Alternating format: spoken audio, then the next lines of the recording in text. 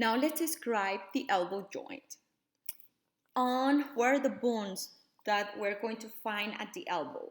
Three, right? We're going to find three bones, but I want to make here some distinctions I don't want you to get confused with. Let's describe first the uh, articular surfaces. On the distal end of the humerus, right? Anteriorly, remember that we have the coronoid fossa medially and the radial fossa laterally. This round projection laterally is the capitulum, and this pulley-like projection is the trochlea of the humerus. Then we have on the ulna, we have the olecranon process, the trochlear notch, and the coronoid process. And then the radius with its head.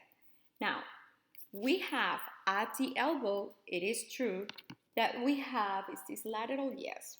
We have these three bones. Let me move my hand so you can see that. Like that, right? So, kind of dislocated, but we have the three bones in here. But the only one forming or giving the mobility, making the hinge joint, is the humero-ulnar joint. There is a humero-radial joint between the capitulum of the humerus and the radial head of the radius. There is an articulation in there, but this one is not involved in the formation or in the hinge joint. It's not involved in the movement at the elbow. The one that is involved in the movement of the elbow is the humero-ulnar joint. And look at this articulation in here. I have the olecranon posteriorly fitting right into the olecranon fossa, and the trochlear notch fits, the trochlear of the humerus fits into the trochlear notch of the ulna, and during flexion, the coronoid process fits into the coronoid fossa, just like that. Okay, this is what forms the hinge. So this is the hinge joint. That, see, the only movement that allows in here is flexion and extension. We cannot rotate, we cannot abduct or adduct this joint. So in this image, we can see this is the distal end of the humerus. This is specifically the trochlea, and this is the trochlear notch, again lined or covered by the hyaline cartilage, the articular cartilage. Again, we can see in yellow the synovial fluid, cavity filled with the synovial fluid that is produced by this green membrane, which is the synovial membrane, which is the inner layer of the capsule. The outer layer is this one, see, the fibrous layer of the capsule. And look how the articulation is reinforced. In here we can see laterally, this is the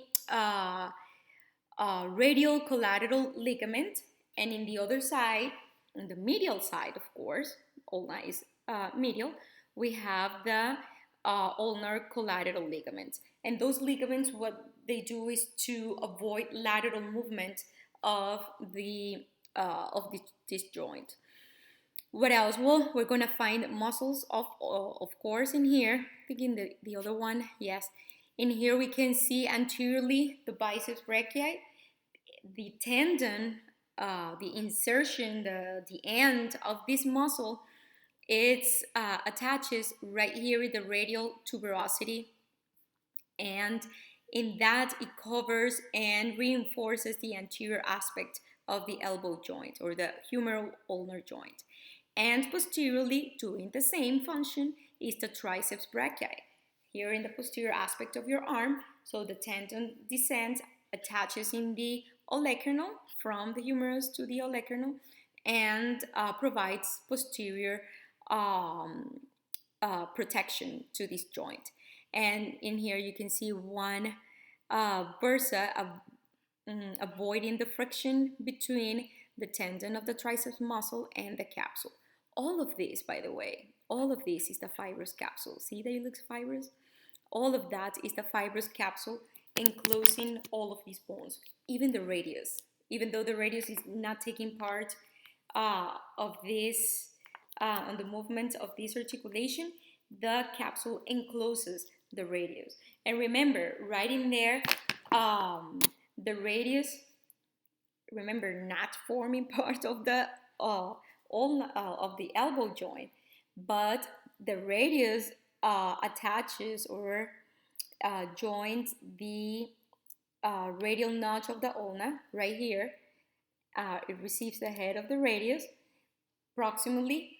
Distally, the ulnar notch of the radius receives the head of the ulna, and those are pivot joints that allows the radius rotate or to cross over the ulna during pronation and during pronation. Supination is like this and pronation is like that. But again, those are not movements of the elbow joint. The elbow joint just allows extension and flexion. Flexion, extension. Got it?